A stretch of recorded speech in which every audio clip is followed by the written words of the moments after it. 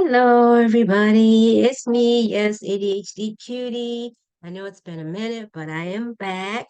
And today we're going to talk about ADHD anxiety at the airport. Okay, so let me share my screen.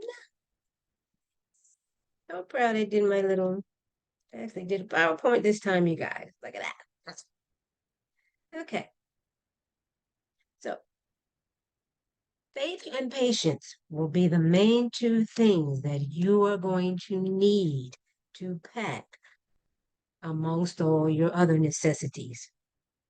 Okay. Depending on where you're going, depending on who's going, will determine what kind of suitcase you take. Since I've been doing pet sitting, I'm traveling and on the plane at least once a month. I have a backpack, I have a carry-on, like a purse, or bigger purse that I can put the small purse in, and then I have a bag that I check. That has changed a couple of times because, well, I'm not going to tell you all that. We'll get into that, but that's what we're going to talk about today. Faith and patience are the main two things, and time.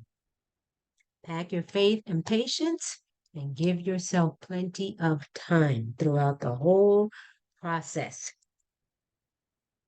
Okay, so I put that in there because I just thought that was such a cool picture of the Southwest plane. Put a comment in the chat if you have seen this type of plane with Southwest Airlines. I just saw it about a week ago, a week and a half ago. It was my very first time seeing that. I'm like, that is so cool. That's a cool plane. So yeah, put in the comments if you have seen these differently designed Southwest airline planes. Okay. Okay. So like I said, time is your best friend. Set your alarm. Give yourself an extra 30 minutes on top of the 2 hours. Why do I say 2 hours? Because the airport says 2 hours. Almost every airline, every site just about says you need to be there with 2 hours window. That means no less than 2 hours, minimum 2 hours, not after 2 hours. It is a strong recommendation.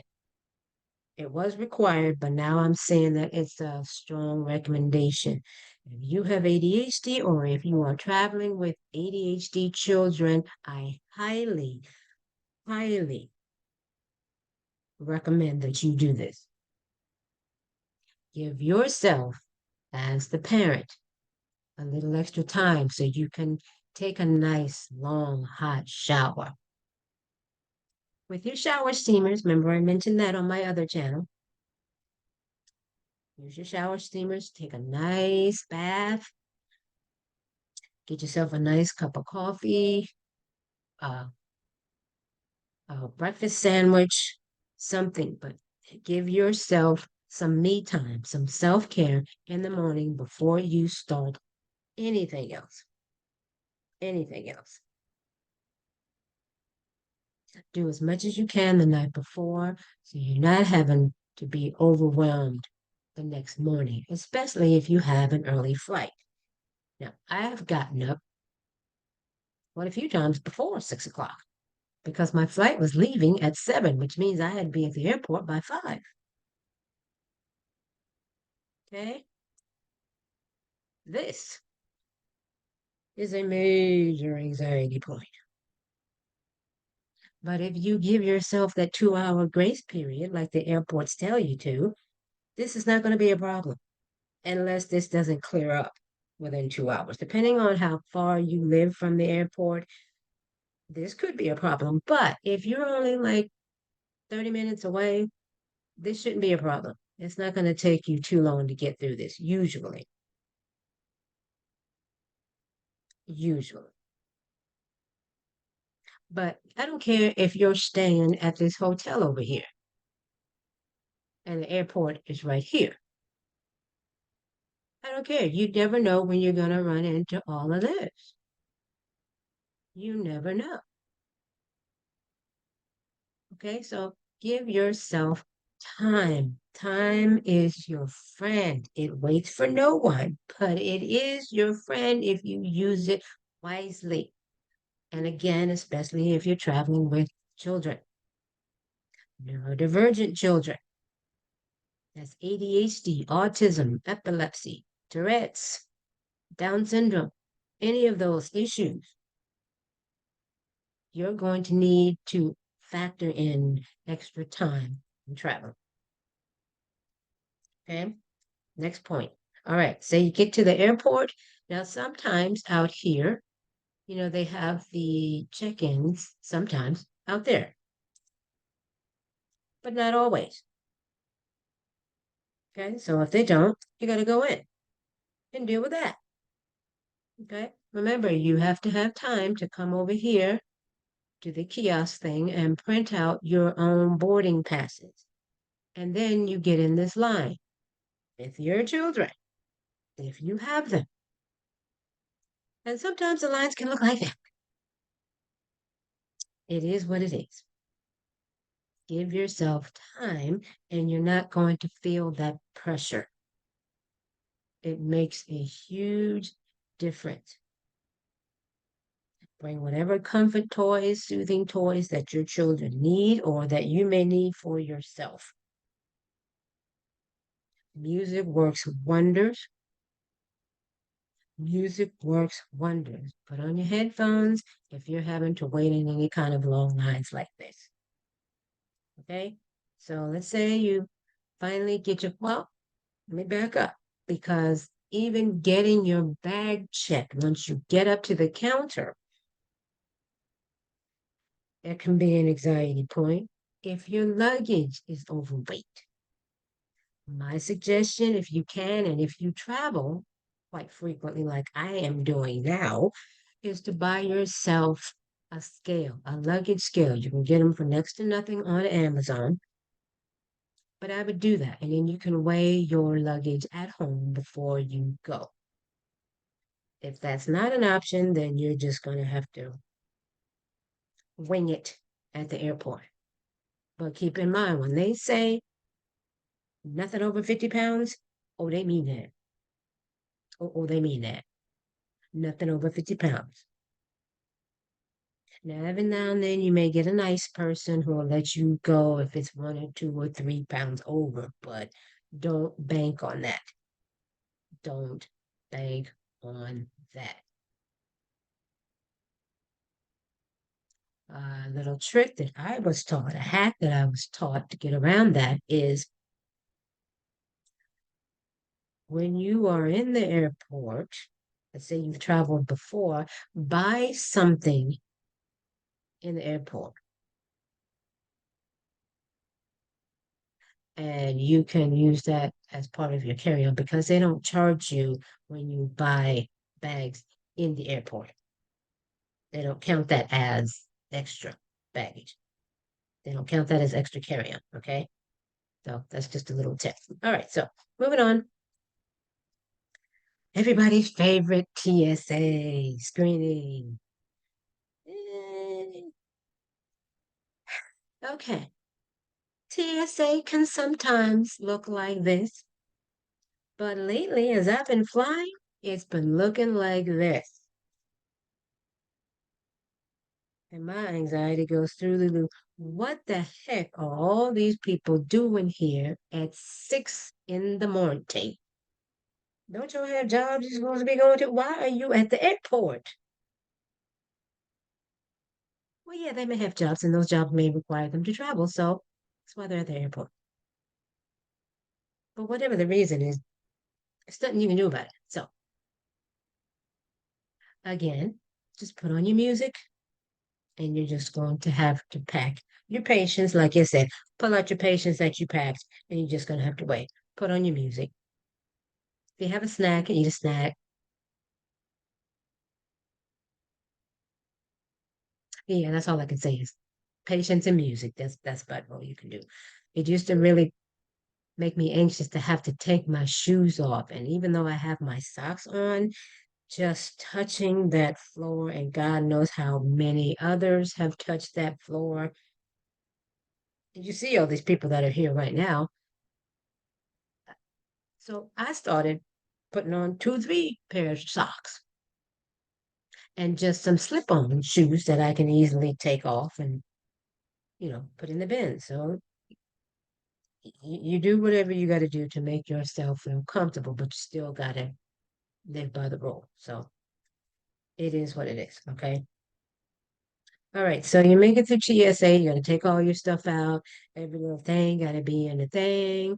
Some of them make you take the laptops out of the bag. Some of them don't. You just got to ask. Just be prepared. Okay. That's with anything in this whole entire process. Just be prepared because, like I said, one day it's this, the next day it's not. Went to that airport yesterday and come back through again today. Could be different. Just be prepared for whatever. Okay. Say a prayer. Take a deep breath. Don't go off on anybody, especially if they pull you over to the side and you have to be patted down, or if they take your bin. Yeah, they're going to take your bins and they're going to take it over here and check it. Because if anything doesn't show up on that monitor, they're going to do this. They're going to check through all your stuff. Maybe not to this extent, but they're going to check it, which means they're going to take it all the way back to the beginning of the TSA line and run it through again. It may not be your bag. It may be the people in front of you or 2 people in front of you. Regardless, you still have to wait. You can't skip the line. You have to wait. Pack your patience. Put on some music. Eat your snacks. Well, no, because by this point, they're taking your snacks, anything you don't put in bags. All that, see all this canned stuff? Yeah, they take all of that. Yeah. Mm-mm. Nope. Nope, nope, nope. Sodas and all that. Yep, nope. Don't do it. Don't do it. All right. So let's say you make it through the TSA line, another waiting point is the tram. And I'm noticing that a lot lately that a lot of the airports have these trams. You have to wait because you can clearly see it says for ride. You're not guaranteed to get on an empty tram. Sometimes you get lucky, sometimes you don't. You may have quite a walk to get from TSA to the tram. That's going to eat up time. You got to be prepared. You have to be prepared, stay prepared, so you don't have to get prepared or get ready. Okay, that's a good rule of thumb. Stay ready so you don't have to get ready. Anticipate all these things. If this is your first time, make note of all these different things, especially where there's all this waiting and long lines, and you have no control over it.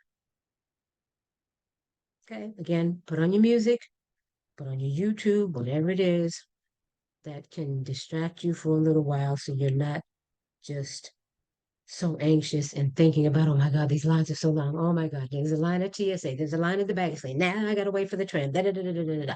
It is what it is. You're gonna have to wait. Don't go off because they will escort you out. Don't do it. Don't do it, Miss Seeley. Don't do it. Don't just don't. Okay.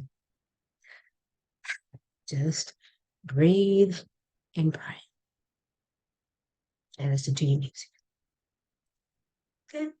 Then, once you get off the tram, you're going to have a walk to get to your gate. Very rarely nowadays that I've gotten off the tram and my gate is right there.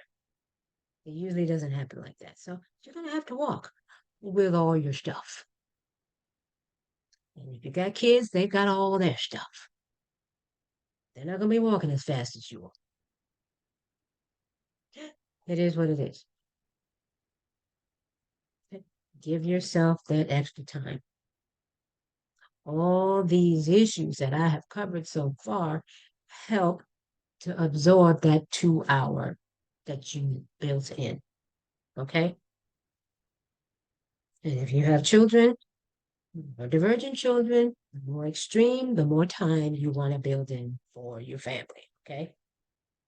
Trust me, it helps. Okay. Once you find your gate, check in with the person at the desk to make sure you've got all your bases covered. And now all you have to do is wait for your plane. You can go get something to eat, but as you see, there's crowds here too. So you may decide to get it to go, and then you can take it back over to your gate and eat it that way. Or go to the closest place next to your gate and eat where you can still hear what's going on, keep an eye out, whatever, because there's always announcements. And gate changes happen a lot. If you're over here eating and you didn't hear that they changed your gate, that's not their responsibility, it's yours. Okay, so always got to be aware of your surroundings, listening to the announcements. They don't always pertain to you, but you don't want to be not listening when it does pertain to you. You may hear them talking, oh, they're not, there's nothing I need to hear. And you put your earphones on and they'll be like, hey, this gate is being moved to gate so and so and so and so. You missed it. Now, if you're really paying attention, you're going to notice that everybody's getting up leaving. That'll be a red flag to let you know, hey, something's going on that I missed. But you want to really pay attention to the announcements. If you're going to have your headphones on, have one in your ear and the other one out so you can at least hear, okay? And you won't miss your flight. Okay. And speaking of headphones and devices, have them charged up the night before, the morning before, because as I am finding, the more I'm flying, there are not always cords and outlets. Excuse me, outlets. You got to bring your own cord, but there's not always outlets here in the sitting areas. Now, if you go into one of these private lounges, yeah, you'll find that, but you got to pay extra for that. And sometimes it's worth it.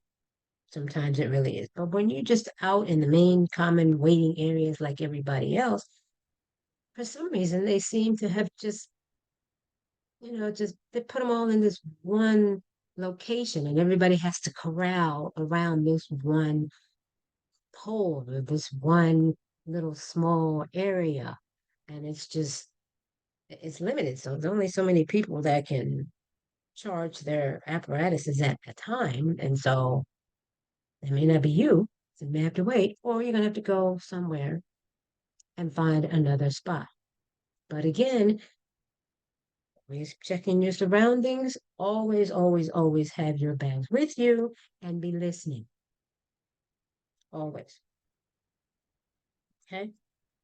But while you're sitting there and you're charging your stuff, you can be making phone calls, you can be watching YouTube videos, or again, listening to your favorite music. Okay? So, delays and cancellations. I don't know what to tell you about that. I really don't, because there's nothing you can do about it. Now, I have heard and read that depending on the scenario, if your flight is canceled and the airlines cancels it, you are entitled to a full refund. But of course, there are stipulations, and you'll need to do your research to find out about that. But you can get a refund, so check it out. Delays, there's nothing you can do about that. If you don't have to be somewhere at a certain time or that day, then the delay is cool. It's fine. I don't have to be there till tomorrow. It's fine. No need to be panicking, no need to be anxious. But if you do need to be there that day, you will need to call whoever, your ride, your Uber, your Airbnb, the hotel, whoever needs you, your job, interview, whoever, and let them know you're going to be late. Communication. That's all you can do. You have no control over flight delays. All you can do is let the people on the other end know you're going to be delayed. And then sit down and listen to your music, watch your YouTube videos, and wait. That's all you can do. That is all you can do. Okay. Again, listen out for the boarding changes, gate changes, because that's not going to show up on this board. It's not going to show up here. It'll say boarding. The gate number is here, but if they change it at the last minute, they may not have time to change it on the board. So that's why you have to listen to the announcements. Okay. All right. So let's say we're boarded. We're sitting in our seat. Okay, we got our phone on airplane mode. You got the whole road to yourself. Life is good. We're ready to go. But then you notice, after everyone has boarded and they closed up the plane, we're still sitting at the gate. And it takes them a minute to come on and say, oh, we're waiting on one more passenger, or airport security has asked us to wait because of whatever reason, or it could be the reverse. You all boarded early and you're ready to leave early. And as the plane is pulling away from the gate, it hits something and you feel a pull. Yes, that has happened just recently.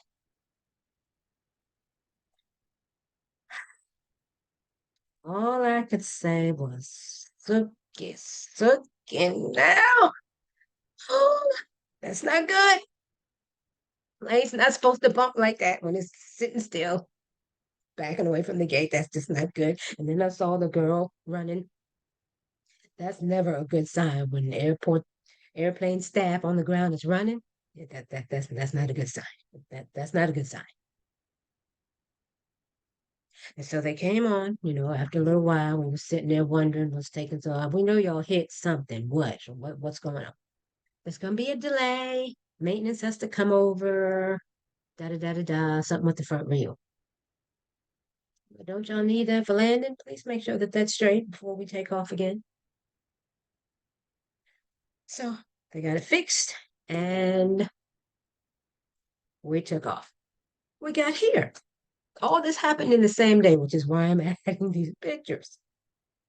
We got here, and I don't know if it was the delay inside, waiting for the plane to come, or if it was the delay pulling away from the gate. But we ran into this. I said, you have got to be kidding. It happens. It happens. Not all the time, but sometimes it happens. And the more you fly, the more you may see these things. They may not all happen in the same day, like they did with me, but they may happen. One or two of these things can happen. That's going to cause delays. That's going to shorten that 2 hour window. See what I mean? These are all reasons why you need that extra 2 hours and maybe more. Okay, so I will never forget that when our plane, because when the plane is sitting here, you can't see all this behind you. But when our plane turned this corner and I saw all these planes, why does this runway look like we're sitting in the middle of rush hour traffic on I-95? What is going on? And then I had to rethink, okay, mindset. It's part of the process.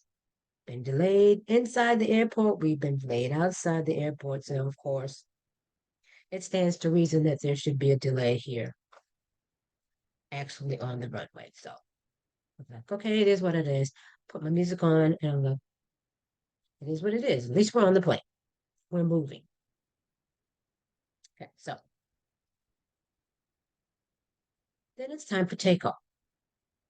Excuse me. Now, takeoff used to be a huge anxiety point for me. Huge. I hated takeoff. I don't like that feeling.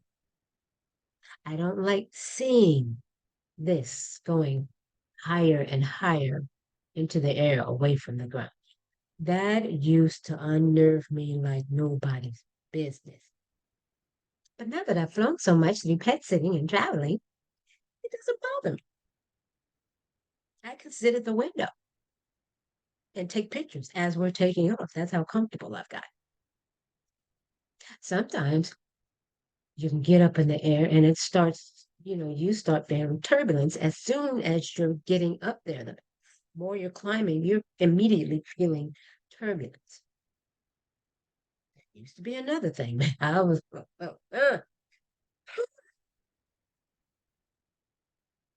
baby, when I say turbulence, it used to make me cry like a little, yeah.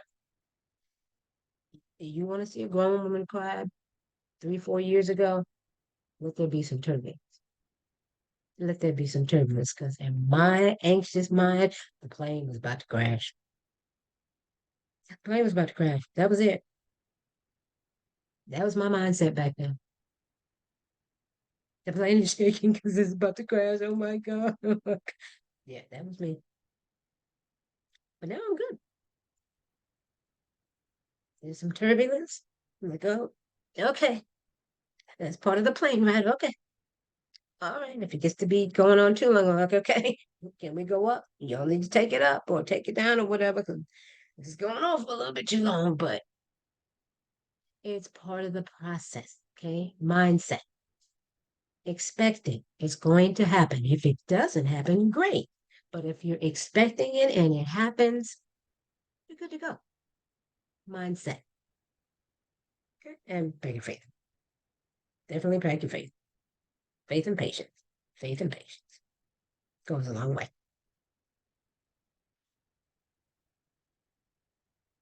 I have not experienced this yet because I listen to the weather. I watch the weather. I don't care if it's the day of travel. If we're talking about that, we're not traveling.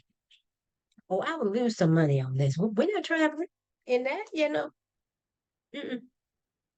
If it's doing that before I leave, no, we're not traveling. Mm-mm. Postpone it, change it. No, no, no. I'm sorry. Not doing that. I know that's not good advice for those who have to travel in that and have to be somewhere that day.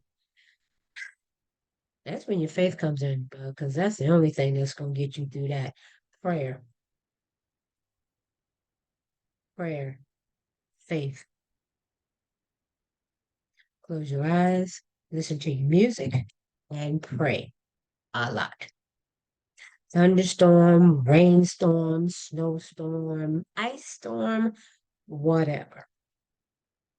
Pray, pray, and then pray some more. Okay? But then you come out of it, you get through it, and you're there coming in for a safe landing. But landing can also be an anxious point because not all landings are created equal. Okay? Not all pilots are experts at landing. Because the last flight I was on, he was still doing this, and we were this close to the ground, and the plane was still doing this. I'm like, dude, I'm gonna need you to get that together, okay? I need you to get it together. Go to the simulator and practice some more, whatever you need to do. But we shouldn't be doing this close to the ground.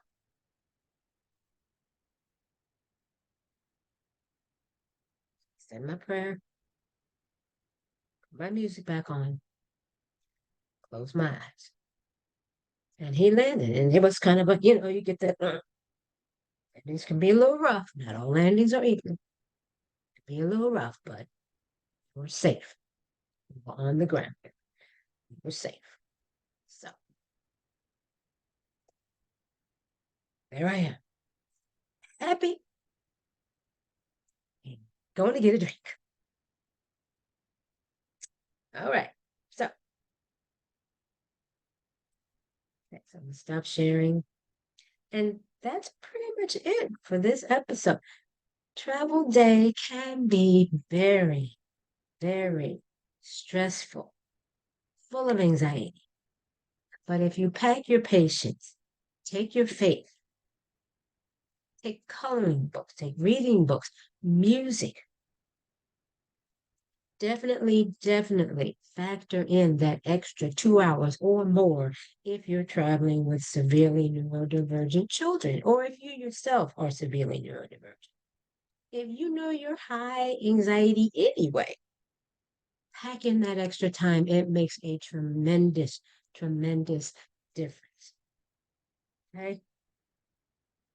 That's all for this Sunday. I know it's not 5 o'clock, but hey, I got it out. Took me a while to put my little slide presentation together, but I think I did a good job. So I'm proud of myself. See, you got to praise yourself. Got to praise yourself. Doesn't matter if nobody else likes it. I think I did a good job, and that's all that matters. But I do hope that you like it. Put a comment down below. You think I did a good job? Did I cover everything? Put a comment if you have had any stories that you'd like to share. Is there anything that makes you anxious at the airport, going to the airport, being on the plane? I know autism children don't always do really well. If you're traveling with an autistic child, put down in the comments what you do to help soothe that child. What do you do at the airport and on the plane? Share, please share in the comments some suggestions, some tips that you use for your flights and travel days. Okay. All right. So this is the ADHD cutie. I am signing out. I'm starving. Going to get me something to eat. And I will see you all next time.